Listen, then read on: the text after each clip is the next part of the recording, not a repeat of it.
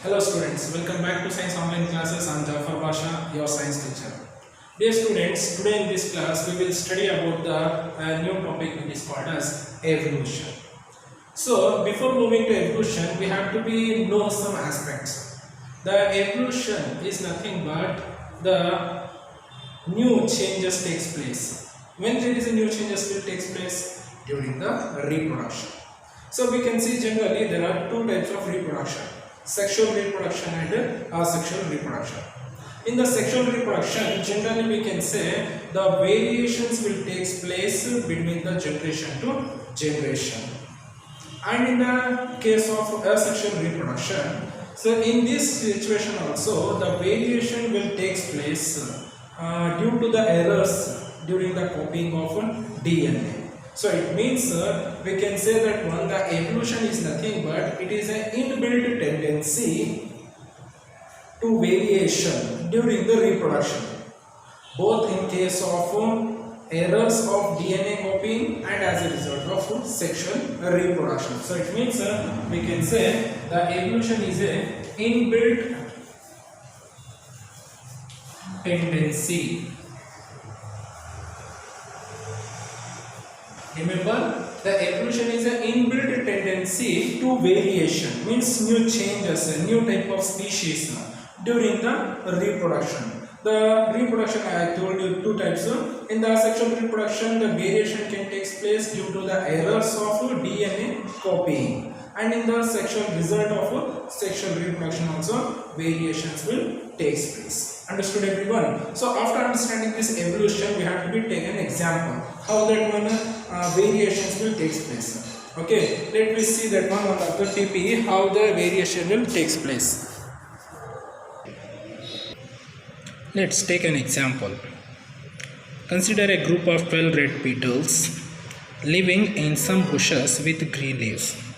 Their population will grow by sexual reproduction. In first case, a color variation arises due to reproduction, so that there is one beetle that is green in color instead of red. This beetle, moreover, can pass the color on to its progeny, so that all its progeny beetles are green. Crows cannot see green colored beetles and the green leaves of the bushes, and therefore cannot eat them.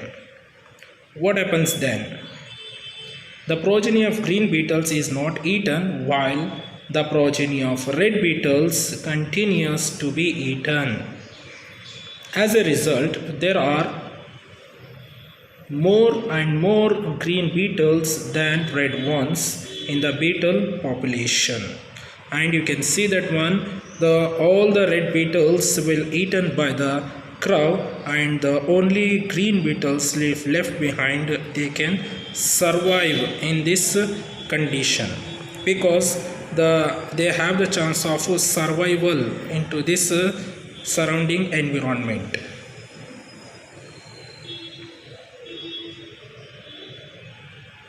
So you can see the only few red beetles are there in this situation while compared to green. At last, these red beetles also are eaten by crow, and only the green beetles are left behind, and they are increasing their population. So this method is called as natural selection, in which they are getting survival advantage because they are suitable, adapted to the environment. Let us take a second situation.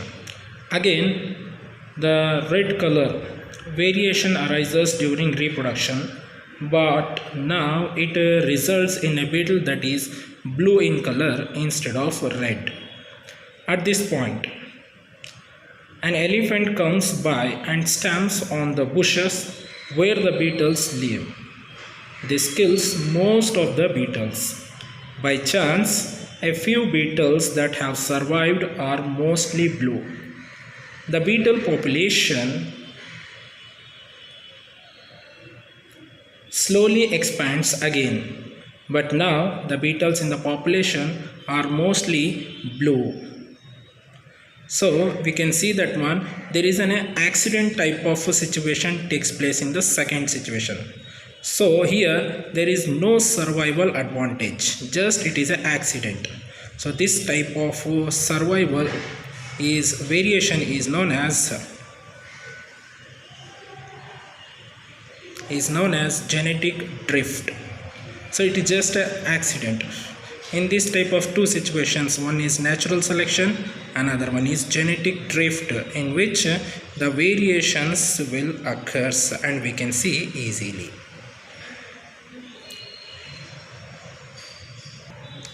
Thus, the natural selection and the genetic drift are in two cases. The two cases in which variation will take place, which results for the evolution. Now let us see the third situation. In this, as a beetle population begins to expand, the bushes start suffering from a plant disease. The amount of leaf material for the beetles is reduced. The beetles are poorly nourished. As a result, the average weight of the adult beetles decreases from what it used to be when leaves were plentiful. You can see the downside, the third situation, in which the size and the weight of the beetles are reduced because of starvation. If the weight of the germs beetles is reduced because of starvation, that will not change the DNA of the germ cells.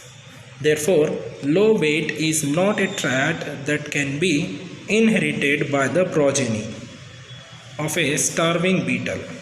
Therefore, in some generations, the beetles are low in weight because of starvation.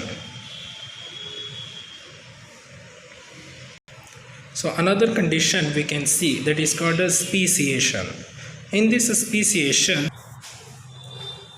in the third situation, that is called as speciation.